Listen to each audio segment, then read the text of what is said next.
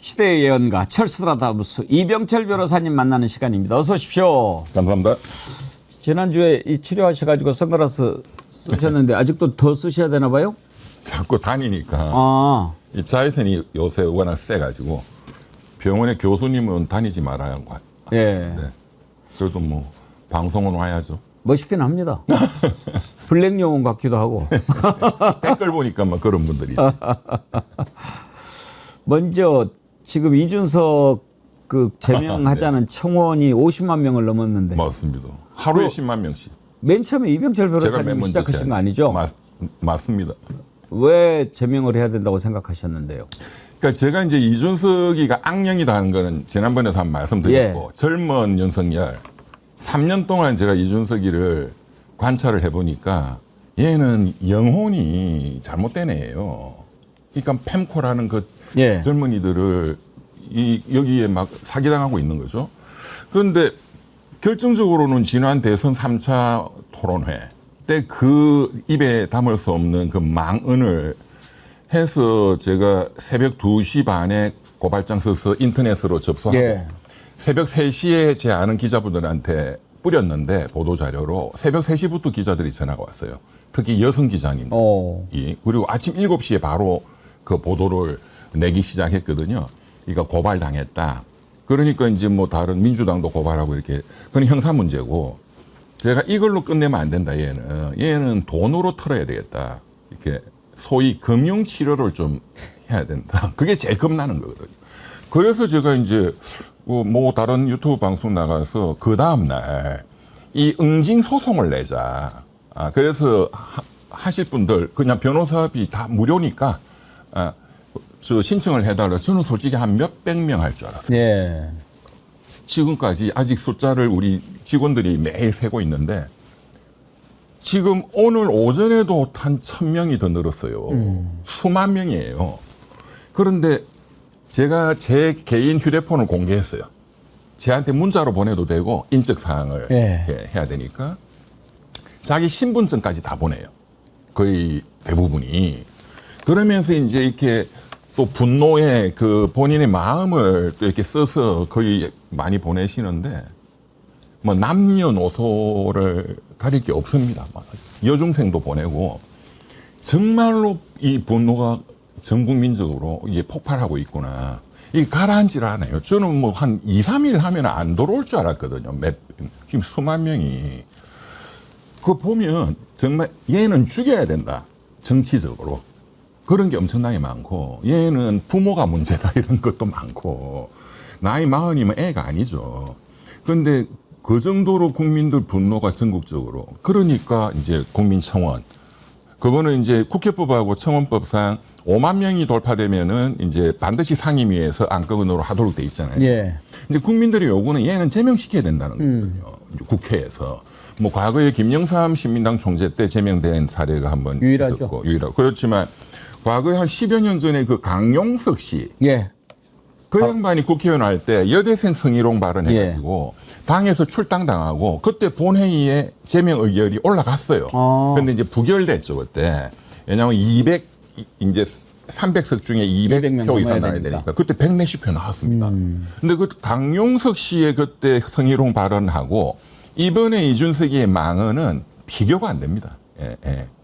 그러니까 사실 본회의에 올리면 통과될 가능성이 저는 상당히 있다고 보고 뭐 의원들이야 뭐 제 식구 감사기 그런 것도 있겠지만 지금 이 분노는 사그라들지를 않거든요. 근데 뭐 만약에 제명안이 올라간다고 하면 뭐 꼭 그 죄 질에 따라서만 판단하는 거겠습니까? 정치적인 관계도 있고 그런데 그러면 첫 번째 예언 이준석 어떻게 될 것인가? 일단 형사 리스크가 크죠. 예. 명태균, 김건희 그 게이트 거기에 뭐 직접적인 공범으로 지금 뭐 언론에도 많이 좀 나왔잖아요. 명태균 사장이 지난번에 통화도 하셨지만 그 검찰 가서 다 불었거든요. 예. 예. 그래서 그리고 사법 리스크가 한두 건이 아닙니다. 이준석이는 그 당에 돈 빼먹은 것도 제가 고소 고발한 것도 한 6건 되고 허은하 씨도 또 한 개 또 있고. 예. 올 연말을 넘기기는 어렵습니다. 형사 사건. 구속될 가능성도 상당히 높고. 예. 그리고 이제 민사적으로는 지금 제가 100억대 소송을 낼 거고, 이제 국회에서는 제명이라는 리스크가 있고. 그러니까 본인이 건방지게 그때 대선 토론회 나와가지고 3차 토론회 그 망언을 하면서 본인이 나는 프랑스 마크롱의 길을 가겠다. 제가 그거 보고 참 속으로 참 많이 웃었는데, 네가 가야 될 길은 형사적으로는 의왕으로 가는 길이야. 민사적으로는 신불자로 가는 길이고, 예, 그리고 국회에서는 집으로 가는 길이다. 그렇게 될 거다. 얘는 끝났습니다. 예. 이준석에 대한 첫 번째 예언입니다. 그리고 오늘 그 이재명 대통령 지금 재판 5가지 그렇습니다. 걸려 있는데 현재 3개 건이 일단 추후 지정으로 넘어갔죠. 네, 그런데 네. 그냥 넘어간 게 아니고 헌법 84조에 정신을 그렇습니다. 살려서 했다고 그러니까 일단 재직 중에는 재판이 중지가 되는 거고, 지금 이제 2개 남아 있지만 그것도 거의 그렇게 뭐 당연히. 되겠습니다만은 이번에 그 재판 중지에 숨어 있는 매우 중대한 문제가 있다 이런 말씀을 그렇습니다. 하셨는데 그렇습니다. 뭐죠? 이 너무너무 중대한 거를 민주당 법률가 의원들이 38명이나 되는데 이걸 전혀 생각도 안 하고 있어요. 또 역시 뭔데요? 엄청난 사태가 터지는데, 어. 그러니까 이재명 대통령 5년은 또 금방 지나잖아요. 우리가 시간이. 너무 아깝죠. 네. 그런데 5년 지나면, 그 저는 이렇게 국회의원들이 보면요, 이렇습니다. 지금은 막 대통령한테 잘하죠. 눈치 보고. 그런데 임기 이후, 저 사람 아무 힘도 없는 늙은이인데 관심도 없어. 그것도 차거든요. 그래서 지금 재판이 중지되었을 뿐이잖아요. 5년 지나면 재판은 다시 열리거든요. 5건이. 그때 만약에 정권이 넘어갔다든가 정치 상황이 굉장히 불리하게 되면 무조건 구속입니다. 예. 그러면 그 구속도 굉장히 중형을 때릴 가능성이 높아요. 이 5건 다 합치면. 그럼 이 리스크를 사전에 제거를 해야 되잖아요. 아니 그 무조건 구속이라고 하는 것은 이제 선고가 유죄 선고가 나왔을 때 아니겠습니까? 그러니까 그 5년 후에, 예. 5년 후에 정권이 바뀐다든가 근데 대통령 지금 선거에. 기소된 사실들이 우리가 생각하기에는 억지 기소고 짜맞추기 기소들이 많아가지고 무죄로 날 가능성이 높은 그것도 사건이다. 희망사항이고. 그렇게 됐을 것 같으면 이런 기소 자체가 없었겠죠. 법대로만 했다면. 이재명 대통령 죽이려고 검찰이 만든 거 아닙니까? 그러니까. 그런데 판사들이 이거 다 무죄야 해줄 것 같아요? 이번에 보셨잖아요. 그 지기현부터 대법원까지. 그럼 어떻게 해야 되죠? 그래서 제가 이거를 원천적으로 해결을 해야 된다. 미국을 보시면 미국이 대통령제의 원형이잖아요. 미국은 대통령이 형사재판을 받도록 한 역사적인 사례가 한 번도 없습니다. 그런 형사에 연루됐던 대통령들이 여럿 있었지만 이번에도 트럼프가 당선되니까 트럼프가 기소된 게 23건이거든요. 지난 바이든 행정부 때. 예. 그 23건을 미국 법무부 특별검사가 전부 다 공소를 취소시켜 버렸어요. 아. 재판 자체가 없는 거예요. 기소 자체를 없애버린 거예요. 그러니까 재판이 없는 거죠. 퇴임 후에도 없는 거예요. 예. 이제 미국 그 판례를 보면 미국이 과거에 또 그 빌 클린턴 대통령, 그 루인스키 스캔들, 예. 그 특별검사 뭐 등등하고, 그리고 뭐 닉슨 대통령의 워터게이트, 전부 형사 이런 법정에 서게 안 만듭니다, 미국은. 왜 그러냐. 그 미국의 판례가 있거든요. 대통령이라는 개인이 중요한 게 아니다. 이 대통령이 그 임기 동안 그 국정에 집중하도록 해야 된다. 이거는 3억 5천만 미국 국민의 공익이다. 그 재판이야 그 개인의 문제지만 3억 5천만 국민을 위해서 미국 대통령이 재판에 불려나가는 것은 있어서는 안 된다 해서 공소를 취소시키고, 퇴임 이후에도 그런 거는 있어서는 안 된다. 퇴임 후에 잡혀간다 생각하면 집중을 못 하잖아요. 그래서 미국 대법원 판례가 있고, 이것은 또 권력 분립의 원칙에 반한다. 대통령이 국정을 다 이렇게 운영하고 매진해야 되는데 판사가 오라가라. 그 권력 분립에 반한다는 거죠. 우리나라도 똑같은 법리가 적용이 돼야죠. 그러면 우리도 공소취소 제도가 있습니다. 형사소송법상 검사가 이제 기소해서 1심 재판하는데 이거 우리가 기소를 잘못했구나. 진범은 따로 있구나. 또 죄가 없구나 하면은 1심에 한해서 공소를 취소할 수 있다라고 돼 있거든요. 그럼 지금 이재명 대통령은 1심에 돼 있는 게 3건이죠. 수원지법의 대북송금, 경기도 법카, 그리고 중앙지방법원의 지금 제일 큰 덩치 큰 대장동, 백현동, 성남 FC 이게 제일 커요. 이제 이게 지금 이제 중지 결정을 했고 고등법원 가 있는 거는 이제 그 공직선거법 위반하고 위정교사. 일단 1심에 있는 3건은 검찰이 또는 뭐 기소청이 만들어지면 기소청이 이거 우리가 이 수사 잘못한 거다. 기소 자체가 이게 정치 기소다 해서 공소를 취소하면 됩니다. 하도록 해야 됩니다. 그런데 우리 지금 법은 1심에 한해서만 공소 취소가 가능해요. 2심 올라가면 못 합니다. 이거는 형사소송법을 개정해야 됩니다. 왜? 아니 검찰이 범죄적으로 직권남용해갖고 그냥 죄 없는 사람을 기소했으면 2심, 3심에서도 공소를 취소해야죠. 당연히. 1심에만 해야 될 특별한 법리적 이유가 없거든요. 그래서 지금 2심에 가 있는 2건은 이제 형사소송법을 개정을 해서 그건 반드시 개정해야 되는 거고 그렇게 해서 이 문제를 원천적으로 제거해야 됩니다. 그러면은 지금 말씀을 좀 정리해 보면 지금 일단 대통령이 재직 중에는 재판을 받지 않도록 하는 형사소송법 개정안 통과하려고 하다가 지금 보류를 시켜놨지 않습니까? 그렇습니다. 그러면 오히려 지금 말씀을 듣고 보니까 좀 잘 됐다 싶네요. 이번에 그 부분을 보완을 해가지고 그렇습니다. 그 형소법 개정안을 만들고 공소 취소를 할 수 있도록 하면은 해답이 되겠네요. 그렇죠. 그게 충분한 논리적, 법리적, 역사적 근거가 있는 거거든요. 지금 미국을 보면. 아니 그리고 사실 클린턴이나 또 트럼프 같은 경우에 그때 그 재판이 이제 뭐 공소가 취소가 되고 그랬지만 그 범죄는 좀 그렇잖아요. 트럼프 같은 경우에는 그 성추문 관련해서 막으려고 이렇게 준 증거까지 있고 근데 이재명 대통령 경우에는 완전히 이재명을 죽이기 위해서 억지로 이렇게 했다는 것이 뻔한데 그걸 가지고 비교를 하고 막 지금 뭐 일부 보수 매체들에서는 그걸 가지고 막 뭐 이렇게 저렇게 따지는데 저는 그거 제가 기분이 막 나쁘더라고요. 아니 그리고 법카 사건 보면 식사비 몇만 원 가지고 150번 압수수색을 해요. 그거는 직권남용일 뿐만 아니라 150번씩에 그런 데 투입된 검사가 여태까지 이재명 사건에 투입된 검사가 150명이에요. 그런데 무슨 특검의 검사가 120명 갖고 많다고 또 헛소리를 하고. 알겠습니다. 아주 좋은 부분을 지적을 해 주셨네요. 네, 그리고 저는 뭐 올해 할 거는 아니지만 내년이나 일단 올해는 민생 경제를 돌보고 내년이나 되면 그 공소 취소를 하고 난 다음에 그런 억지 수사, 정치 수사 그거를 한 검사들을 처벌해야 됩니다. 그래 앞으로 이런 짓을 안 하지. 앞으로 그렇죠. 또 뭐 경찰이든 누구든 그거 반드시 해야죠. 네, 처벌해야 됩니다. 이번에 특검도 지금 뭐 관련된 증거들로 이제 다 뭐 기소하고 그렇게 하겠지만 진작에 밝혀야 될 것들을 막은 놈들. 맞습니다. 이것도 반드시 특검 수사 대상에 포함시켜야 되는데 새로 대상을 정할 수 있죠? 현재 특검법에 그 쭉 나열된 범죄 및 이와 관련되어서 인지한 사건까지 할 수 있거든요. 할 수 있죠. 할 수 있죠. 네. 그놈들을 반드시 저는 처단해야 된다고 맞습니다. 생각합니다. 처단은 그럴 때 쓰는 거죠. 맞습니다. 이재명 대통령 취임한 지 오늘로 딱 일주일 됐습니다.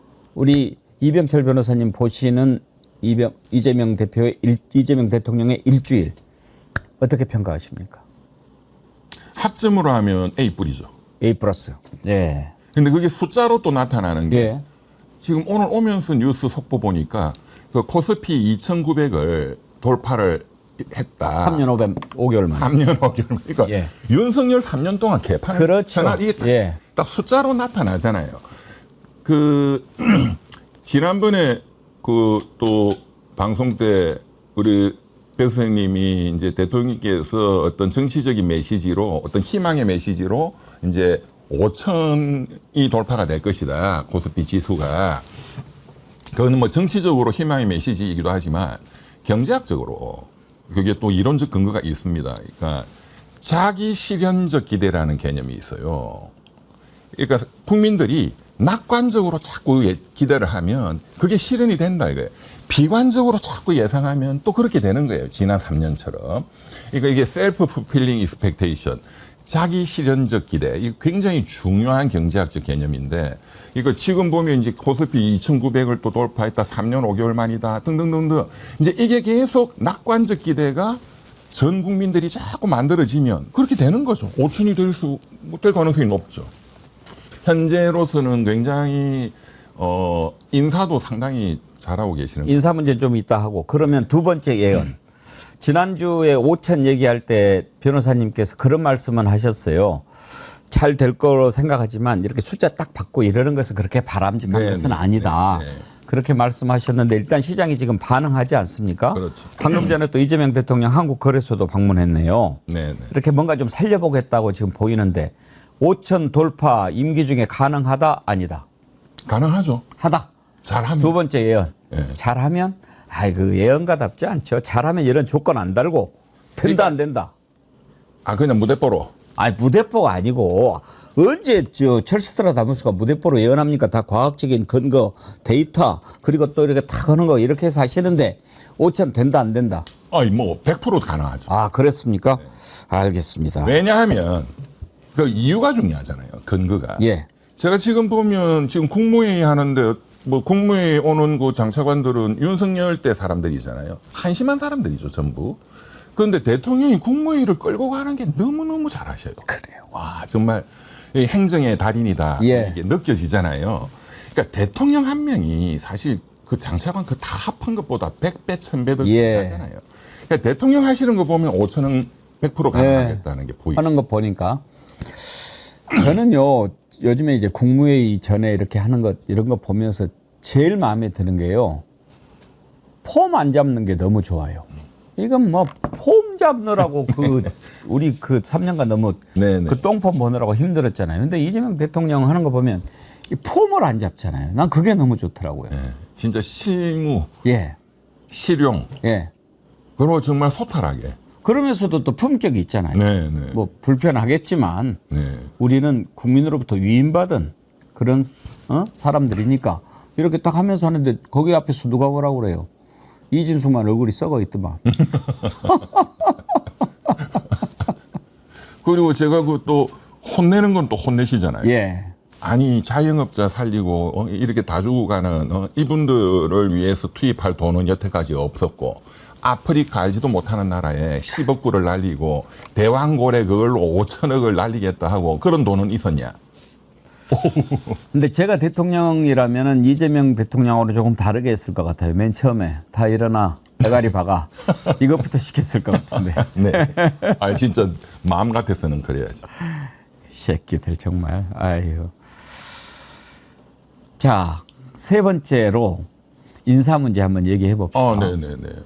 일단 이제 아직 임명 안 한 장관들은 국민 추천제로 한다고 하는데 그 전에 일단 지난번에 김민석 총리 후보자는 베스트다 네네, 이렇게 네. 평가를 하셨는데 수석들 또 인사도 하고 네. 차관 인사 났습니다. 네네. 그거는 어떻게 평가하십니까? 일단 차관들은 다 제가 아는 행정고시 동기, 뭐 서울대 상대 선후배 뭐 다 아는 사람들이에요. 근데 그냥 현 정부의 직업관료. 조달청장, 통계청장은 윤석열 사람으로 분류할 수 있는 거 아닙니까? 그런 데서 발탁을 했더라고. 근데 그 중에 또 이제 검증을 했겠죠. 예. 뭐 왜냐하면 차관들은 외부에서 이렇게 하기가 어렵거든요. 실무를 총괄해야 되니까 어차피 공무원들이야 대통령 바뀌면 다 거기 또 알아서 합니다. 뭐 공무원이 뭐 뻔한 거지 뭐. 예. 예, 근데 이제 어차피 그거는 직업 공무원이 특별히 평가할 거는 아닌 것 같고요. 근데 차관이 굉장히 일을 잘해야 되거든요. 그렇죠. 그런데 대한민국 차관쯤 되는 다 그 행정고시 출신들이잖아요. 뭐 저도 제가 지금 뭐 다 회장을 하고 뭐 자주 통화도 매일 같이 하고 예. 또 지난 3년 동안도 그 다 능력이 뛰어난 사람들입니다, 보통. 그런데 어떻게 위에서 지도를 하느냐 하는 게 중요한 거죠. 이제 대통령부터 그 장관이 여기가 썩으면 여기도 그냥 놀아버리는 거죠. 예. 그런데 이제 지금 인사 중에 제가 이게 굉장히 중요하다. 국정기획위원회를 만들었잖아요. 예. 국정기획위원회. 여기가 이제 그 대통령의 국정 철학을 5년간 지금 디자인하고 설계하는 여기가 헤드코트예요. 예. 인수위 기능도 하고 있고, 근데 인수위는 2달 하면 끝나는 거지만 여기는 5년 동안. 이건 제가 보기에는 거의 부총리급이라고 봅니다. 예, 가장 대통령하고 친한 분이 또 경제 전문가시고, 그 다음에 이제 청와대 수석을 보면 경제 성장 수석, 성장을 붙였어요. 그랬어요. 그러니까 경제 수석, 근데 경제라는 거는 크게 하면 성장과 분배거든요. 그런데 사실은 지금 진보 진영 대통령인데 분배 이런 거를 강조할 법도 한데, 그러니까 김대중 대통령 때 보면 생산적 복지, 포용적 성장 이걸 섞잖아요. 둘 다 가치를. 그런데 이번에는 그냥 성장이라고 딱 찍었어요. 경제 성장 수석. 이게 제가 굉장히 지금 대통령의 국정 철학을 이 단어가 반영한다. 분배가 물론 중요하다. 그러나 지금은 성장이 너무너무 중요하다. 이게 성장의 물이 지금 말라버렸기 때문에. 그러니까 자영업자를 돌리고 이런 게 다 성장의 문제죠. 예. 여기도 이제 그 교수님이 상당히 이 분야의 전문가세요. 제가 이제 또 서울대 경제학과 나오고. 예. 이제 앞으로 이제 구체적인 전략이 뭐가 나올지가 좀 주목이 되고. 그러니까 지금 큰 헤드쿼터는 제가 보기에 굉장히 좋은 분들로, 이런 거는 이렇게 직업 관료들은 이런 머리가 안 나오거든요. 큰 플랜 이런 거. 이런 거는 이제 전문 교수님들이 하는 게 맞고, 나머지 수석들 특히 지금 말이 많은 게 민정수석이죠. 오광수 또 뭐 과거에 명의신탁했다는 것도 나오고. 저는 뭐 또 이분이 또 특수부 검사 출신이니까 검찰 개혁 이런 데 부적절하다 이런 반론이 지금 많이 있잖아요. 또 이렇게 진보 진영에서도 많이 있는 것 같아요. 그런데 이 부분은 저는 대통령이 결정했잖아요. 그러면 믿고 가야 되는 거예요. 누구를 하든 이 검찰 개혁, 사법 개혁은 할 수밖에 없는 거거든요. 뭐 수석이 뭐 바뀌었다고 못하게만 그런 건 있을 수가 없고, 대통령께서 또 오랫동안 또 신임하는 그런 또 관계에서 또 대통령의 철학이 있겠죠. 그건 조금 더 지켜봐야 됩니다. 이걸 가지고 너무 자꾸 끌고 가는 것은 바람직하지 않다. 실력으로 보여줘야 됩니다. 그렇다고 보고, 그다음에 이제 지금 이제 중요한 게 장관들, 그리고 지금 그 장관 그 몇 분은 지금 결정했고, 지금 차관까지 포함해서 차관 6분인가는 발표했죠. 주로 경제부처입니다. 그 나머지 부처의 차관들까지 포함해서 국민들로부터 국민 추천을 받아서 하겠다. 일주일간. 여기에 대해서 뭐 실무적으로는 그게 뭐 과연 가능할까? 또 뭐 의문일 수도 있고, 또 잘 될 거야 이럴 수도 있고. 저는 여기에 대해서도 좀 이 그 프로그램을 제시한 대통령의 어떤 인사에 대한 그 사상을 이해하는 게 가장 중요하다고 봐요. 이게 뭐냐? 국민주권정부잖아요. 아직 공식 명칭은 아니지만. 아니, 공식 명칭으로 얘기했습니다. 정해졌어요? 이제 정했습니다. 국민주권정부. 그 노무현 대통령 때는 참여정부죠. 그러니까 지금 국민이 이 나라의 주인이다. 그러니까 국민이 모든 주권을 행사해야 된다. 우리가 보통 인사권이다 하면 그거는 고유권 아니다. 침해 못한다. 막 그렇게 얘기하잖아요. 지금 이재명 대통령은 아니야. 인사권도. 나의 인사권도 그거는 내 독자적인 권한이 아니다. 국민이 위임하신 거다. 국민의 주권을 받들어서 국민들이 이 인사에 직접 참여해서 할 수 있도록 열어드려야 된다라는 이 사상이 저는 굉장히 중요한 문제라고 봅니다. 실무적으로 잘 거기서 능력이 있는 분들을 검증하고 뽑아내는 거는 그냥 실무가들이 해야 될 문제고, 이제 이런 시도는 저는 전 세계적으로도 처음 봤거든요. 장관을 국민들 추천받는 이런 건 가끔씩 있기는 있었어요. 근데 차관까지. 왜냐하면 차관이 진짜로 중요한 자리이기 때문에. 근데 뭐 국민 추천한다고 그래서 국민 추천된 내용을 참고하는 거지 거기에 매이는 것은 아니니까. 거기다가 또 이제 저는 좀 주목하는 것은 이제 장관은 저 청문회를 해야 되잖아요. 근데 청문회가 엉망진창이 되는 가능성이 높거든요. 국민의힘이 막 꼬투리 잡아가지고 개판을 만들겠죠. 그런데 만약에 이제 청문회에 올라온 그 후보자, 장관 후보자가 국민 추천에서 굉장히 많은 또 추천도 받고 어떤 국민들의 민주적 정당성이 뒷받침된다. 이러면은 또 청문회가 쉽게 또 돌파되는 정치적인 명분이 또 저는 그런 것까지 다 계산을. 그러면 지금 국민 추천제에 대해서 이거 너무 포퓰리즘이다 이런 비난도 있는데 이병철 변호사님은 괜찮다고 저는 평가하십니까? 너무너무나 좋은 아이디어다. 아이디어고 좋은 시도다. 그러면 세 번째 예언. 네. 국민 추천제 성공한다. 성공할 겁니다. 그리고 또 국민들이 또 재밌잖아요. 문화부 장관을 가수 유명한 아이유를 또 추천했다. 이런 게 다 얘기거리잖아요. 예. 아이유가 뭐 장관 못 되라는 법도 없는 거고. 성공하면 좋겠습니다. 그렇습니다. A 좁은 길님 이병철 변호사님을 법무부 장관으로 국민 추천합니다. 그러는데 가람희님은 이병철 변호사님을 특검으로 추천할 겁니다. 근데 법무부 장관보다는 기재부 장관 같은 거 하시는 게 더 우리나라를 위해서 좋은 거 아닌가?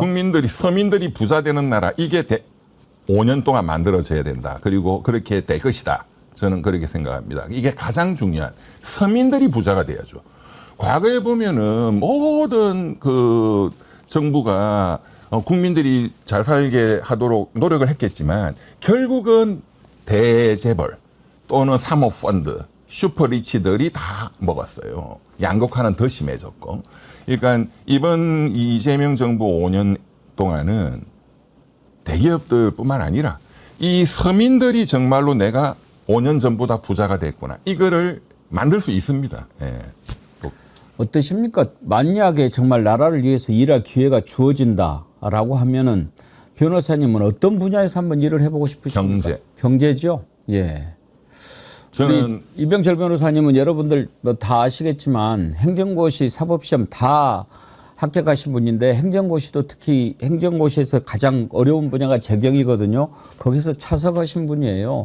변호사니까 사법시험만 생각하시는데 양시 패스하신 분입니다. 그런데 경제 쪽으로 아주 해박하시고 가끔 경제에 관한 얘기도 좀 우리 좀 많이 들려주세요. 예. 오늘도 그래서 지금 대통령께서 그저께 라면값 2,000원. 예.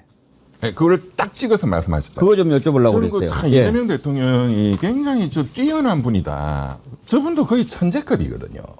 그 어려운 과정에서 검정고시로 해서 뭐 대학 입학 학력고사, 저하고 같은 학력고사 세대인데 전국에 2,000등 정도 했던 그거 대단한 거죠. 엄청난 거지. 그게요. 제가 사실은 오늘 우리 애청자님들한테 한번 좀 보여드리고 싶었던 영상이 있는데 이게 또 저작권에 걸려가지고 소개를 못 해드려서 아쉬운데 오늘 제가 어떤 쇼츠를 하나 봤는데 네. 정말 찡한 게 있어요. 잠깐 그 말씀 드릴게요. 이재명 대통령이 중앙대학교를 나왔잖아요. 근데 왜 중앙대학교 갔는지는 아시죠? 그 이제 전액 A급 장학금 뭐 장학금 주니까. 네. 그리고 가족들 생활비까지. 생활비까지 주는 네, 거예요. 네. 압니다. 그러니까 서울대를 갈 수 있는데 중앙대학교 가야 그렇죠. 거기에서 생활도 되고 또 용돈도 생기고 맞습니다. 지원까지 하니까 이제 공부를 해서 고시를 이제 합격을 해야 되잖아요. 근데 공부를 어떻게 했는지를 소개를 하는 그걸 봤어요. 네. 보셨어요? 못 봤어요. 사법시험 준비를 하는데 그때도 일을 하면서 공부를 하는 거예요. 그러면 저녁 6시까지 일을 해요. 그리고 와서 공부를 해야 되는데 그 전에 또 뭐 가방끈이 짧잖아요. 학원 다녀야 되잖아요. 네. 학원 갔다 와서 공부를 하는데 공부를 할 수 있는 방법은 잠자는 시간을 줄이는 것밖에 없는 거죠. 그럼 어떻게 공부를 했냐. 잠이 오니까 압정 있지 않습니까? 네. 압정을 테이프를 뒤에 붙여가지고 네. 공부하는 거 여기에다가 압정을 다 붙였대요. 그래가지고 여기까지도 자세가 조금이라도 흐트러지면 압정에 찔리는 거예요. 네. 네. 그럼 그래서 다시 공부하고 있는데 나 그 부분에서 너무 참 눈물이 나왔어. 네. 어느 순간 보니까 압정에 찔린 채로 자고 있더래요. 그렇죠. 야, 영화네. 정말 그렇게 공부를 해서 사법시험을 합격을 했는데 지난번에 저하고 인터뷰했는데 그 얘기를 하시더라고요. 첫 번째 시험에 떨어진 거예요. 너무 절망스러웠다는 거예요. 9번 만에 된 놈도 있지만. 근데 절박하니까 빨리 돼서. 그렇죠. 그런데 그 다음 해에 합격을 했는데 그 기간이 정말 자기를 돌아보고 내면을 쌓는 좋은 기간이었다. 그렇게 얘기를 하시더라고요. 그렇죠. 변호사님은 사실 한 번에 붙으셨죠? 예. 한 번 더 떨어졌어야 되는데. 행정고시는 한번 떨어졌어요. 재경영 씨가 어렵다는 걸 제가 알았죠. 야, 참 사법고시는 솔직히 뭐 법학은 쉬워요. 경제학이 어렵지. 그렇게 참 그 공부하고 또 어려운 과정을 겪고 성남시장, 경기지사에서 보여준 실력 그런 것들을 지금 이제 마음껏 발휘하니까 우리가 기대를 갖는 거 아니겠습니까? 예. 그게 낙관적 기대가 형성되면 그렇게 되는 거거든요. 나라가. 근데 이제 라면값이 이제 상징하는 바가 그렇습니다. 물가는 잡겠다. 그리고 기본적인 것은 반드시 챙기겠다라고 하는 것 아니겠습니까? 네. 물가 잡힐 거라고 보십니까? 잡죠 당연히. 예. 근데 이제 대통령께서 이제 그 또 정치인이니까 그냥 일반 대통령 다른 분들 같았으면 지금 여러 뭐 서민들 물가가 많이 오른다 표현을 이렇게 했을 건데 그게 아니라 라면 2,000원이라 이게 그냥 언론에 예. 지금 보도가 예. 그냥 대문자말하게 그게 상징하는 게 뭐냐. 그러니까 기재부 차관이라는 사람이 답변을 1, 2, 3 비상계엄 터지고 정치적으로 굉장히 불확실성이 증대됐고 이런 혼란을 틈타서 식품업계가 가격을 올린 것 같다. 이런 취지로 답변을 했어요. 제가 그 소리 듣고 진짜 기사대기를 때리고 싶었어. 그럼 당신은 뭐 했냐, 6개월. 예. 당신들이 그거를 책임지고 관리를 해야지. 아니, 지금 와서 이제 대통령이 바뀌고 지적하니까 그걸 답변이랍시고 하냐 말이에요. 그러니까 지금 이 물가는 마트 물가거든요. 지금 이게 우리가 거시지표로 물가는 예. 1% 됩니다. 굉장히 현재 물가는 인플레는 우려할 상황이 아니에요. 그런데 일부 미시적으로 일부 시장에 국한해서 지금 인플레가 뭐 이게 이제 서민 물가 장복 마트 가서 장보는 라면, 예. 달걀, 닭고기 등등 이제 이런 게 일부 문제다. 이거는 쉽게 잡을 수 있어요. 일시적인 현상이고 또 내용을 보면 뭐 브라질에서 수입하는 닭이 조류 인플루엔자 이런 것 때문에 공급이 예, 원활치 않다. 그러면 수입을 다변화를 해서 다른 데서 사와야지. 여태까지 뭐 했나 이거예요 공무원들이. 이게 정부의 실패라는 거거든요. 경제학적으로. 예. 지네들이 개판을 치놓고 이 직무유기죠. 이런 거는 금방 이렇게 고칠 수 있죠. 대통령이 딱 이제 지적을 했으니까. 그 다음에 저는 라면값 이런 거는 이런 정치적 혼란을 틈타서 식품업계의 묵시적 담합의 의심이 상당히 있어요. 그거는 공정위가 나서서 또 조사를 해야 됩니다. 예. 진작에 했었어야 되는데 놀았던 거죠. 예. 그러니까 그런 조치들을 하면 금방 잡힙니다.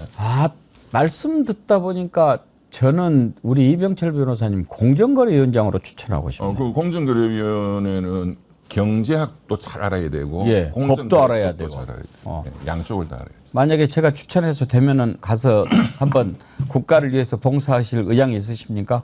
뭐 국민들이 원한다면 예. 해야 되겠죠. 저는 정말 이번에 몇 차례 제가 얘기합니다. 이번에 장차관 가서 또 일하는 사람들은 죽었다고 복창해야 될 거다. 그렇죠. 뭐 대충 해가지고는 안 될 거다. 그렇죠. 저 그렇게 생각합니다.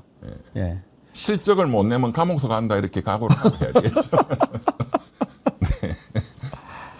지금 나머지 이제 인사들 있는데 일단 차관들은 그냥 임명할 수 있으니까 하고 장관은 어떻게 김민석 총리 청문회 통과된 이후에 총리 임명되고 김민석 총리 제청을 받아서 그렇습니다. 지명을 하려고 하는 거겠죠? 그렇습니다. 예. 그러면 섀도우 캐비넷은 다 이제 만들어졌다고 봐야 되겠네요? 이미 현재는 다 준비돼 있다고. 예. 그런데 아직도 이제 결정 못한 부처들도 꽤 있을 겁니다. 예. 중요 부처에. 예. 예. 또 이제 그래서 이제 국민 추천이라는 또 이런 절차도 또 거쳐보고 저는 제가 그 이명박 정부 때부터 이제 대통령하고 친했으니까 또 박근혜 대통령, 예. 윤석열이도 마찬가지인데 제가 이제 행정고시 그 동기들 만나서 그래서 제가 또 이제 뭐 대통령 직속 위원회 이런 것도 많이 해봤거든요. 전 정부 부처의 위원 이런 거를 다 해봤어요. 예. 그래서 이제 각 뭐 기재부부터 이 정부 부처에 돌아가는 거를 그래도 많이 알죠. 제가 과거부터 제안을 한 게 이명박 대통령은 그 당시에는 어떤 월급쟁이의 신화였잖아요. 그리고 그때 이제 경제 대통령. 그 국민들이 다 경제를 잘할 거다. 왜냐하면 현대그룹을 만든 사람이니까. 그런데 개인 기업하고 국가 경제는 이거는 다른 거예요. 아예. 그렇죠. 예. 오히려 이 경험이 국가 경제에는 해악이 될 수도 있는 거거든요.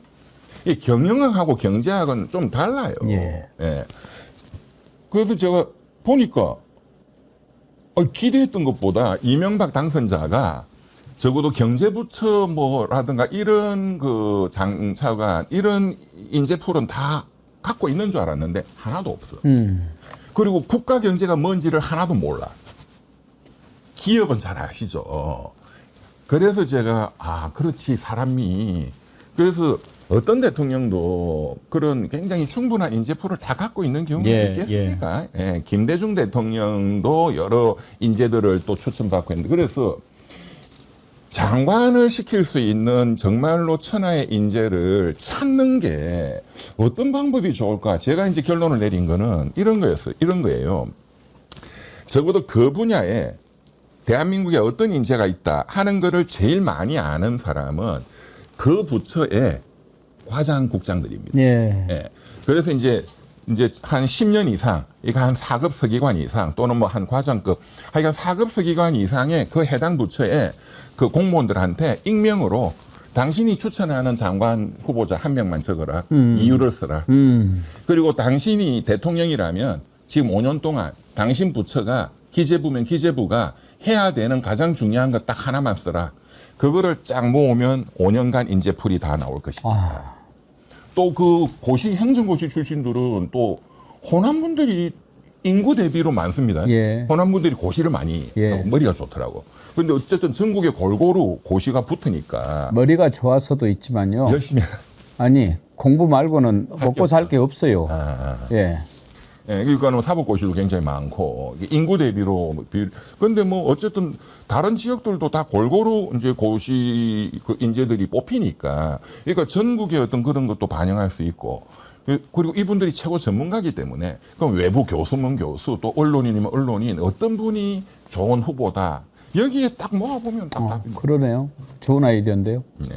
그리고 저는 이제 인사청문회도 사실 청문회 걱정되는 게 그냥 개판 만들 거다. 흠집 잡아가지고. 이건 뭐. 그런데 저는 인사청문회도 뭐 제도를 바꾸고 이런 거는 또 여야 합의가 돼야 되니까 그거 하지 말고 이제 후보군이 이제 정해졌다 하면 민주당에서 국회의원들이 또 해야 언론이 막 이렇게 보도를 하니까요. 민주당에서 그 좀 전문적인 장관 후보에 대한 분야의 전문적인 국회의원들이 한번 리허설처럼 국회에서 언론 다 불러서 이분에 대한 능력 검증을 먼저 하면 좋겠어요. 정식 인사청문회 하기 전에. 그러니까 당신이 이 장관이 되면 뭐 기재부 장관이다. 그럼 경제를 어떻게 살릴 건지 이 민주당의 국회의원들 중에 경제 전문가들이 그 능력에 대한 그 정책에 대한 이 사람의 사상에 대한 그거를 집중적으로 한번 쫙 하루 종일 해서 보니까 저분 정말로 뛰어난 실력자다 하면 본 청문회에서 국민의힘이 막 시비 걸기도 어려운 상황이 또 될 거거든요. 그런 거를 한번 하면 좋겠다. 오케이. 좋은 아이디어입니다. 끝으로 이제 특검이 이제 시작이 됩니다. 네. 우리 이병철 변호사님께 특검 출발하는 시점에 이런 것을 꼭 좀 명심으로 해라 이렇게 당부를 해주고 싶은 말씀이 있으시다면 어떤 겁니까? 지금 특검의 정당성이 중요한 거거든요. 그래서 지난번에도 백생님이 이게 대통령께서 어떤 정치 보복 수사 프레임에서 벗어나는 게 중요하다 이런 말씀을 하셨잖아요. 그 이제 지금 세계 특검인데 지금 벌써 이제 조선일보나 이 국민의힘 쪽에서 프레임을 이제 만들고 그쪽 여론을 형성하고 있는 게 무슨 검찰청을 만드냐 이거거든요. 120명 특검. 근데 여기에 대해서 이제 그냥 쉽게 쉬운 논리로 그냥 박살을 내야 되거든요. 그리고 이 진보 중도청. 거기에 대한 가장 이게 박살이 나야 이 특검의 정당성이 확보가 된다고. 그러니까 120명이 많다? 이재명 한 명 잡으려고 투입된 검사가 150명이다. 그걸로 그냥 끝나는 거예요. 두 번째는 예.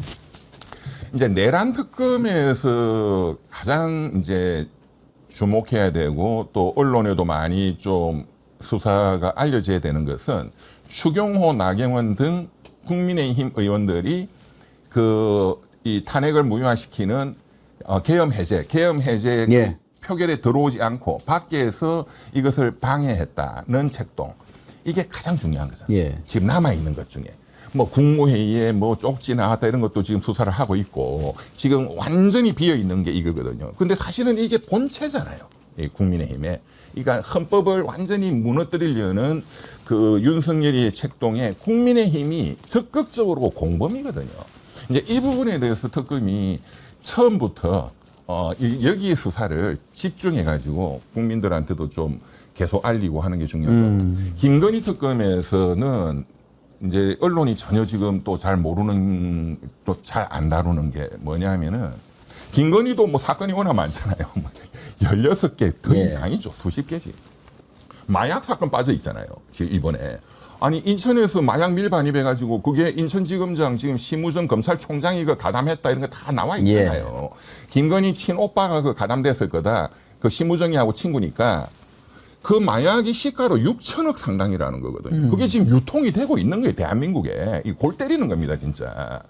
이것도 완전히 조져야 되는데 이 특검 내용에는 없거든요. 그런데 인지한 사건으로 해야 되는데 이것도 중요하고, 마지막 한 가지는 건진법사입니다. 예. 이거는 게이트입니다.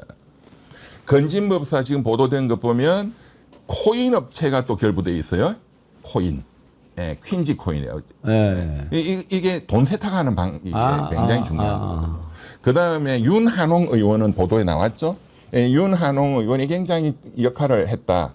그러면 윤한홍이만 뭘 먹었을까요? 권성동이 윤핵관의 핵심들 이철규 이 다 나올 겁니다. 그다음에 캄보디아의 ODA 자금 뭐 7천억을 정액했다. 이게 전형적으로 돈 빼먹는 수법이에요. 이거는 게이트입니다. 예. 그런 부분이죠. 지금 다음 주에 이병철 변호사님 뵐 때는 특검이 임명돼 있을까요? 다음 주까지 안 될 가능성도 있겠죠. 어제 통과가 공포가 됐는데. 이제 사람을 이제 추천을 일단 이제 해야 되잖아요. 민주당하고 그 조국 혁신당에서 이미 뭐 다 좀 섭외 안 해놨겠어요? 뭐 많이 준비를 해놨겠죠. 예. 근데 이제 대통령이 또 그 중에서 또 선택을 해야 되고 또 국민들 여론도 보고 이제 검증 절차가 있어야 되니까. 저희가 좀 마음이 급해가지고 말이죠. 왜냐하면 예. 그 박근혜 최순실 게이트가 터지고 그 박영수 특검. 네. 그때 국민 영웅이었잖아요. 영웅이었죠. 그때는. 예. 그 박영수가 수사팀장으로 데리고 온 게 윤석열이었잖아요. 그렇죠. 근데 결과적으로 이 사람들이 나라를 말아먹었잖아요. 박영수는 이미 지금 구속됐고 대장동에서 예. 200억. 예. 그러니까는 이번에 특검도 어떤 그런 거를 반면교사 삼아서 이렇게 여러 후보군 중에 굉장히 신중하게 골라야 된다고 생각합니다. 특히나 이 특검에 그 뭐 유능한 사람 뽑는 게 당연하겠지만 저는 배짱이 있는 사람. 예. 검사들 1000명 모가지 그냥 내가 한 방에 날린다. 예. 이런 배짱이 있어야 돼요. 그렇죠. 한번 좀 그런 특검을 한번 기대를 해보겠습니다. 네, 기대하겠습니다. 오늘도 감사합니다. 네, 예. 감사합니다. 찰스트라다무스의 시대의 연 이병철 변호사님과 함께했습니다. 이렇게 참 모든 문제를 시원시원하게 설명해 주시는 분이 대한민국에 어디 계시겠어요? 여러분들 정말 복 받으신 거예요. 예, 고맙습니다. 이제 진짜 시작되는구나. 특검을 통해서 반드시 진상은 규명되고. 그러니까 검찰을 잘 알기 때문에 수사를 더 명확히 할 수도 있고 올바른 수사를 할 수 있도록 저희가 좀 응원할 필요가 있을 것 같다. 사상 초유의 3가지 특검이 동시에 지금 곧 출발을 하게 되는 건데 무거운 책임감을 가지고 공정하고 신뢰할 수 있는 특검이 됐으면 좋겠다. 이 사건은 매우 반인륜적인 사건이고 헌정 파괴적인 행위이기 때문에 이 부분 수사만큼은 철저하게 내란 특검. 네네네. 조은석, 민중기, 이명현 이제 이 특검이 지명이 됐는데 어떻게 평가를 해봐야 될까요, 김종욱 원장님? 예, 뭐 제 생각에는 어차피 뭐 양당이 그러니까 민주당하고 혁신당에서 한 명씩 한 명씩 추천을 한 상황이어서 아마 이재명 대통령이 어떤 사람이 그 사건 적합한 사람인가 판단을 했을 거라 생각이 들고요. 지금까지 계속 해오면 뭐 과거의 어떤 본인의 성향이나 본인의 어떤 이력과 무관하게 그 사람이 이 사건에 가장 적합하게 효율적으로 수사를 진행할 수 있는 것인가라고 하는 부분들을 가장 중요하게 본 것 같아요. 그래서 뭐 아시겠습니다. 11시, 그러니까 어제 11시쯤에 아마 결정이 났는데 예. 그 이전에 뭐 조은석 특검 임명된 분에 대해서 뭐 논란도 좀 있었고 네. 누가 되냐 마냐 이런 얘기들이 많았음에도 불구하고 이런 결정을 빨리 한 부분들은 그런 잡음들을 빨리 중단을 시키고 수사에 빨리 착수하는 것 자체가 예. 국민들이 요구하는 부분이라는 생각이 들어서 이재명 대통령 특유의 속도감을 가지고 특검 문제 특히 이 부분은 국민들의 여론 자체가 매우 높았잖아요.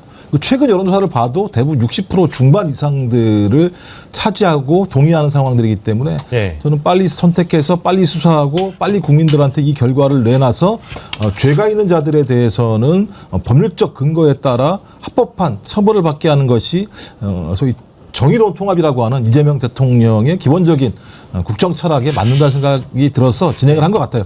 뭐 그래서 제가 볼 때는 뭐 나름대로는 그냥 적당한 형태의 특검 임명이었다 이렇게 생각을 합니다. 뭐 이걸 와 잘했다 이렇게 얘기하는 건 수사 결과가 나와야 하는 거니까요. 그렇죠. 네, 그렇죠. 예. 김유정 의원께서는 어떻게 평가하시는지?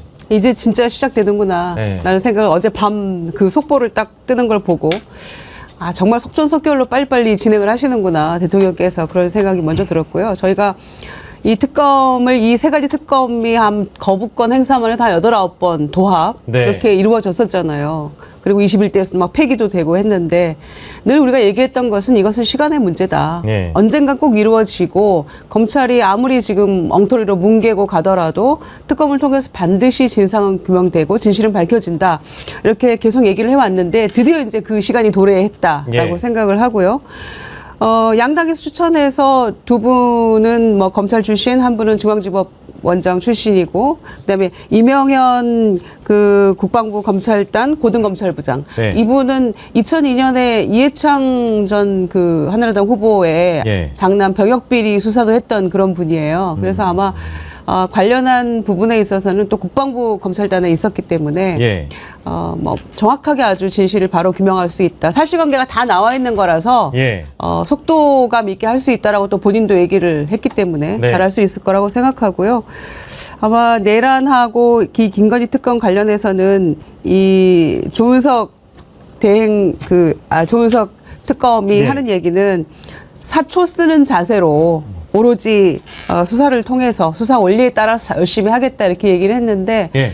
어젠가 그제 보니까 그 김의겸 의원이 그 공개한 거 있잖아요. 예. 이 조문석 특검이 없었다면 박근혜 최순실 국정농단도 진실을 밝히기 어려웠을 것이다. 이게 그냥 묻혀버렸을 것이다. 이런 글을 올리셨더라고요. 그러니까 뭔가 하여튼 그 정의로운 것을 진실을 밝히기 위해서 그간 많은 노력을 했던 분이기도 하니까 예. 저는 앞으로 수사 준비 기간 포함해서 한 170일간 정말 속도감 있게 제대로 진상을 규명해 주리라 기대를 하면서 예. 지켜보겠습니다. 뭐 두 분 다 이제 결국 결과로서 입증이 되는 거니까 이제 훌륭한 지명이었는가는 결과를 또 봐야 되는 것이고 뭐 저희가 이미 대통령께서 지명을 하셨기 때문에 이것에 대해서 뭐 더 평가를 하지 않아도 되는 시점이긴 합니다만은 아까 이제 김종욱 원장님께서 말씀 주신 부분 중에 조은석 특검이 이제 과거에 뭐 어떤 지점들이 좀 논란이 됐었는지는 잠깐 뭐 짚어볼 텐데 잠깐 저희 화면 다시 보여주시겠어요? 이 세 분이 어떤 이력을 가지고 있고 또 어떤 활동을 해왔는지는 아까 사진 밑에 글자가 나와 있죠? 저 그 글을 참조하시면 되겠습니다. 그리고 뭐 조은석 이 특검의 경우에는 감사위원으로서 또 외로운 싸움을 또 해오셨던 걸로 저도 기억을 하고 있고요. 다만 이게 뭐 사진 한 장에 담겨 있는 조은석 당시 검사가 노무현 전 대통령 수사를 하던 전국에서 홍만표 검사 옆에서 이제 웃었다. 이제 이게 논란이 하나가 있었고요. 근데 그것도 뭐 이제 여러 이제 설명들이 좀 보강이 되면서 그 시기가 아니었다. 혹은 뭐 노무현 전 대통령을 보고 웃은 게 아니었다. 이제 이런 설명들이 보강이 되어가고 있는 과정으로 제가 또 알고 있고 또 아까 이제 말씀해주신 김의겸 전 의원이 페이스북에 조은석 전 감사위원이자 조은석 특검에 대해서 어쨌든 긍정적인 평가를 함으로 인해서 탄력이 붙기도 한 것 같은데 그 논란에 대해서는 좀 정리를 하고 갈 필요가 있는 것 같습니다. 뭐 이제 말씀하셨던 것처럼 일단 그 전에 좀 적절한 배합을 한 것 같아요. 그러니까 네. 검사 출신, 그러니까 특수통 출신, 한 사람은 이제 판사 출신, 한 사람은 이제 군 법무관 출신 이렇게 얘기했는데 일단 제가 볼 때는 뭐 민중기 이 특검 같은 경우도 꽤 큰 문제는 없다라고 얘기가 나오는 것 같고 예. 이명현 특검 같은 경우는 상당히 신뢰를 받는 특히 그 군 법무관을 하면서 이제 군내 문제와 관련돼서 상당히 좋은 판결들을 했다. 좋은 수사를 했다 이런 내용들 때문에 좋은 판단을 받고 있는 것 같다는 생각이 들어서 이재명 대통령이 좀 잘 이렇게 배치를 한 것 같아요. 그다음에 또 민주당 2명, 그다음에 조국혁신당 1명 이렇게 배치를 한 거라는 생각이 들어서 하지만 이제 문제는 이제 조은석 이 특검인데 조은석 특검이 이제 왜냐하면 이제 그 특수통 출신이기 때문에 예. 그래서 이제 두 가지 측면이 있는 거죠. 그러니까 이 내란 사건과 관련해서 특수통 출신이라고 하는 수사 이력. 상당히 예를 들면 잘 벼려진 칼이기 때문에 수사를 잘할 수 있을 거다라는 어떤 그 전문성에 대해서 강조하는 측면도 있습니다만 또 하나가 이 사건과 관련해서 밝혀지지 않은 부분들이 있는 거죠. 그러니까 검찰과 국정원 같은 경우에 대해서는 전혀 검찰 차원의 수사가 한 발도 나가지 못한 측면들이 있기 때문에 이 수사 내용들이 핵심적일 수 있다라고 하는 거 하나하고 그다음에 노상원 그다음에 용산 이런 수사 부분이 있는데 이 검찰 특수통 출신이기 때문에 이 부분과 관련해서 네. 제대로 된 수사를 할 수 있을 것인가 양날의 칼인 거죠. 네. 그러니까 검찰을 잘 알기 때문에 수사를 더 명확히 할 수도 있고 또 경찰과의 관계 때문에 수사를 하는 과정에서 한계가 있을 수도 있는 측면이 있는 거죠. 지난번 박근혜 특검 같은 경우도 마찬가지입니다. 그 특검 속에서 윤석열이라고 하는 이 특검보가 네. 보였던 행태는 이후에 자기가 수사 과정에서 자기의 편의에 따라서 뭔가 증거를 조작하거나 별건 수사를 하거나 이랬다는 정황들이 나타나기 때문에 좀 그런 우려들에 대한 부분들을 조은석 특검이 저는 하지 않을 거라 생각이 들긴 합니다만 그렇다고 하더라도 우리가 감시의 시선을 두고 예. 내란 문제 같은 경우는 6개월 동안 헌정을 무너뜨리고 국민 기본권을 침해하려고 했던 계획들에 대해서 한 발도 나가지 못한 측면이 있기 때문에 이 부분은 국민적 압력을 통해서 조은석 특검이 적어도 바른 길을 갈 수 있도록 잘 만들 필요가 있을 것 같은데 아까 말씀하신 사진 같은 경우는 네네. 김어준 씨 말에 의하면 예. 거기서 안 보인대요. 예. 거기서 이제 자기 말에 의하면 이제 이것도 예. 확인해 봐야 되겠습니다만 예. 노무현 전 대통령이 저기 출석하는 부분 자체가 이제 보이지 않는 거기 때문에 예. 저는 그 부분과 관련해서 저 사진 자체가 어찌 보면 특종이라고 얘기했지만 사실관계는 아닐 거라는 얘기도 하고 있고 예. 또 시간대 얘기도 하는 거죠. 저 네. 시간대에서는 저런 일이 벌어지지 않았다는 얘기도 하기 때문에 예. 저는 저 사진 하나를 가지고 조은석 특검에 대해서 평가하는 건 예. 매우 이르다. 그리고 사실관계를 확인할 필요가 있다는 생각이 들고 예. 일단 지금은 이재명 대통령이 특검으로 임명했기 때문에 올바른 수사를 할 수 있도록 저희가 좀 응원할 필요가 있을 것 같다. 하지만 중간중간 딴 길로 새면 당연히 국민들이 감시해서 비판해야겠죠.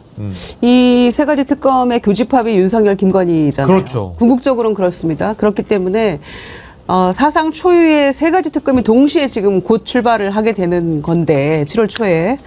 그래서 아마 저는 견제와 경쟁이 동시에 들어갈 거라고 생각합니다. 견제와 경쟁. 네, 예. 그래서 이 각 특검별로 이제 수사단이 다 차려질 것이고 착수하게 되면은 경쟁적으로 때론 견제하면서 저는 열심히 할 거라고 생각해요. 왜냐면은 성과를 내야 되는 것인데 교집합이 윤석열, 김건희인데 어디는 제대로 좀 뭔가 끝까지 파헤쳐지는 것처럼 보이고 어디는 미진해 보인다면 국민들이 좌시하지 않겠죠. 그런 점에서는 아마 저는 책임감을 가지고 무거운 책임감을 가지고 아마 열심히 임할 거라고 생각합니다. 향후 이제 한 6개월간 저희가 두 눈 부릅뜨고 또 이 특검들 지켜봐야죠. 예. 지금 이제 댓글에도 뭐 일부 의견 남겨주시는 분들이 계신데 그렇습니다. 대통령께서 잘 판단하시고 잘 하시라 믿습니다라고 이숙님께서 댓글을 주셨고 100% 입맛에 맞을 수는 없다라는 말씀과 더불어 지금 이재명 대통령이 너무 잘 하고 계시기 때문에 일단 믿어보자 이런 댓글도 많이 보이고요. 이 의견과 또 다르게 손연자님께서는 국민이 지켜보고 있다는 걸 명심해서 철저히 특검을 해주시길 바란다. 그러니까 기존에 있었던 뭐 논란이나 뭐 이런 것들은 언론에서 뭐 검증 차원에서 혹은 보도의 차원에서 접근할 수 있는데 사실 대통령이라는 분이 가장 많은 정보를 얻지 않겠습니까? 특히 이제 인선과 관련돼서는 지금 이 떠도는 이야기들이 사실인지 아닌지에 대한 판단을 하지 않고 임명하기는 어렵기 때문에 대통령께서 충분히 숙고를 하셔서 이런 결론을 내렸을 거라고 저도 믿고 이제 과거에 있었던 논란이나 이런 것들보다는 이제 앞으로에 있을 수사의 과정이나 결론들이 훨씬 더 중요할 것이다. 이제 이렇게 우리가 정리를 좀 할 수 있겠습니다. 예, 두 눈 부릅뜨고 또 견제하고 지켜봐야 됩니다라는 이면정님의 말씀도 함께 소개를 해드리고요. 공정하고 신뢰할 수 있는 특검이 됐으면 좋겠다. 그리고 내란 척결이 우선인데 대충 하셨을 리가 없다. 이제 이런 댓글까지 저희가 함께 소개를 해드렸습니다. 근데 말씀하셨던 것처럼 내란 특검은 진짜 중요합니다. 지금 맡겨놨던 검찰의 수사를 보면 제가 볼 때 한 발로 나간 게 없어요. 지금 했다라고 하는 게 내란 우두머리 혐의 받고 있는 윤석열. 네. 그다음에 거기에 참여했다라고 하는 장성급 인사들을 제외하고는 저는 그 외의 부분들, 그러니까 지금 국무위원들 같은 경우도 혐의가 경찰 수사를 통해서 드러나고 있는 상황이지요. 그다음에 지금 국민의힘 같은 경우는 계속 정치보복이라고 얘기합니다만 추경호 그 당시 원내대표가 했던 행위를 보면 도대체 이해할 수 없는 행위들을 했던 측면들이 있고요. 네. 검찰의 수사를 보면 딱 가두리 양식장처럼 딱 가둬놓고 그 밖으로 못 나가게 했던 측면들이 있고 네. 국정원 같은 경우도 국정원과 검찰이 선관위에 어떤 오겠다라고 한 얘기들 분명히 있었고 제일 중심으로는 용산에서 벌어지고 있는 상황에 대해서는 한 발도 나가지 못한 측면들이 있어요. 네, 네. 비화폰이 1000여 개가 지금 나갔고 김건희 씨 같은 경우도 그 비화폰을 가지고 고위직과 통화했다는 내용들이 나오는 상황입니다. 노상원 수첩들을 보면 거기 제가 볼 때는 인간 같지 않은 내용들이 거기 적혀 있어요. 거의 뭐 사람을 갖다 어떻게 죽일 것인가에 대해서 거의 적어놓은 어떤 내용들이 있기 때문에 이 사건은 매우 반인륜적인 사건이고 헌정 파괴적인 행위이기 때문에 이 부분 수사만큼은 철저하게 진짜 저는 특수통 중에 특수통이 와서 진짜 끝까지 추적해서 사실을 밝혀내야 된다. 이렇게 해야지 나중에 누구라도 정치를 하는 사람이나 권력을 추구하려고 하는 자들이 그런 생각을 엄대도 안 두겠죠. 전 그래서 조은석 특검이 특수통에 있었기 때문에 수사를 잘할 거라는 생각이 들긴 합니다만 또 국민들이 진짜 매서운 눈초리로 제대로 하고 있는지 쳐다봐야 된다. 이 두 가지의 각도를 가지고 특검의 본체를 밝히는 것이 가장 중요한 이번 3특검 중에 핵심이라고 생각을 합니다. 네. 어제까지 각 정당의 후보자 추천이 있었는데 네. 아주 놀라운 게 일단 첫 번째로는 대통령께서 굉장히 빨리 지명을 하신 것 같고 뭐 물론 그 사이에 후보자들의 면면에 대한 검토도 충분히 하셨을 거라고 뭐 믿어 의심치 않지만 근데 인선을 굉장히 빨리 하셨다는 생각이 좀 들어가지고 그게 좀 놀랍고요. 그리고 민주당 추천 인사 2명 그리고 조혁당 추천인 3명이지 않겠습니까? 조은석, 민중기, 이명현 이 세 분에 대한 평가를 좀 해주시면 좋을 것 같아요.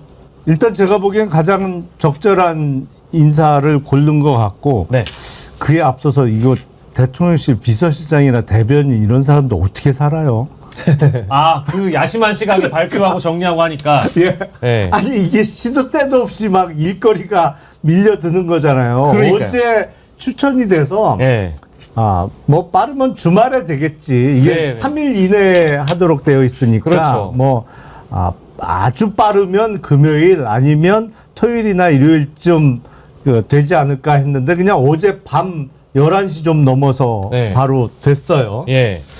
일단 그 조은석 전 고검장은 워낙 네. 수사를 오래 했던 분이에요. 네. 그리고 그 특수부 쪽에서 근무 경험이 많고 그렇기 때문에 수사와 관련해서 걱정할 필요는 전혀 없겠다라는 생각이 들고 예. 민중기 전 법원장은 물론 법원에 오래 계셨고 수사를 하지는 않았습니다만 그 특검보나 수사팀장을 수사 경험 많은 사람을 좀 꾸려서 그렇게 예. 꾸려서 하면 예. 특검으로서 큰 틀의 방향과 법률적인 어떤 문제점이 없도록 그 가이드를 해주면 충분하니까 예.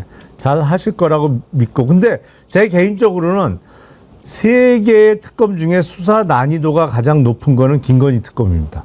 그렇습니까? 예. 오. 아니, 물론 중요하기는 내란 특검이 제일 중요하죠. 네. 내란 특검이 제일 중요하지만 예. 김건희 특검은 일단 건수가 많아요. 많고 이거는 필히 해외 쪽도 한번 스크리닝을 해봐야 될 필요가 있어 보여요. 근데 이게 뭐가 한번 해외로 나가면 훨씬 어려워지거든요. 수사하기가. 그래서 난이도는 이게 제일 높을 거다. 예. 그리고 최상병 특검 관련해서는 역시 군대에서 시작되고 거기서 벌어진 사건이기 때문에 예. 군을 잘 알고 예. 군 검찰관으로서 오랜 경험을 쌓은 이명현 전 합참 법무실장이죠. 예, 예. 그 부분이 이제 군 검찰관 출신이니까 뭐 적절한 인사가 이루어졌다라고 네. 봅니다. 예, 뭐 언론에서 분석하기로는 이게 세 특검 다 사실은 김건희, 윤석열이 주요 수사 대상이기 때문에 그렇죠. 누가 먼저 신병을 확보하는 뭐 아까 이제 우리 김유정 의원께서 경쟁과 견제 뭐 이런 말씀도 해주셨거든요.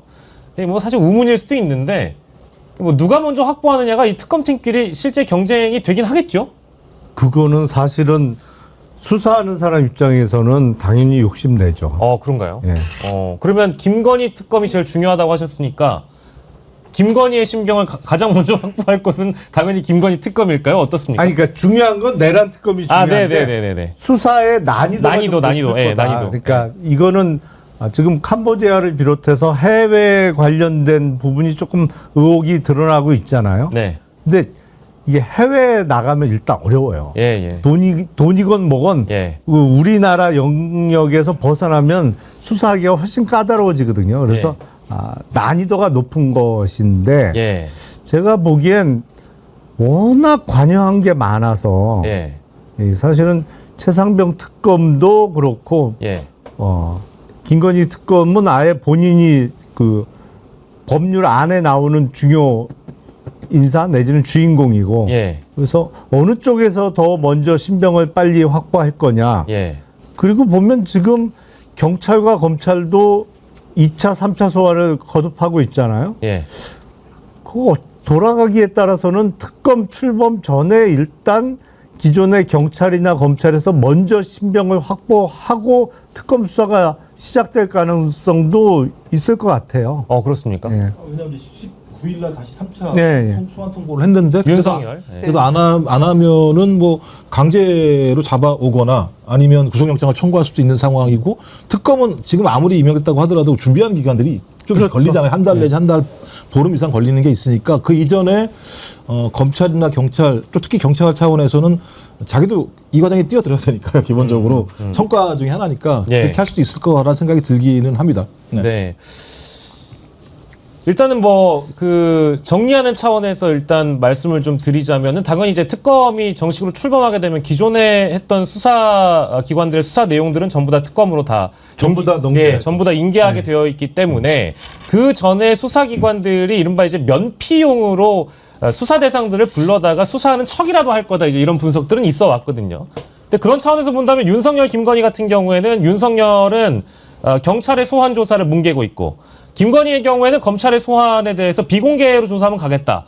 이런 식으로 지금 굴고 있기 때문에 특검의 역할이 더 주요하기도 합니다만은 뭐 그 전에 아까 이제 김용남 의원께서 말씀 주신 대로 혹시나 미리 신병 확보를 경찰이나 검찰 쪽에서 하진 않을까 그 대목도 좀 지켜보도록 하겠습니다. 참 근데 이게 그 특검에서 우리가 조직 장악력이라고 보통 부르나요? 특검의 조직 전체를 통할하고 장악을 하는 것도 매우 중요하다라고 하는데 이제 판사 출신 분들에 대한 혹시나 우려 이런 것들도 일부에서 나오는 것 같은데 그거는 걱정할 필요 없는 거겠죠? 근데 일단 우리나라에서 제일 큰 법원인 서울중앙지방법원의 법원장을 오래 하셨잖아요. 민준기 변호사가 제 기억에 한 중앙법원장을 연임해서 한 2, 3년 이상 한 거 아닌가 싶은데요. 중앙법원이 정확하게는 몰라도 판사 숫자가 한 400명은 될 것 같은데. 예. 그런 큰 법원의 그 행정사무까지 다 봤던 분이기 때문에 어떤 리더십이란 측면에서 크게 걱정할 필요는 없지 않을까 싶어요. 예, 알겠습니다. 깨어있는 시민의 조직된 힘입니다.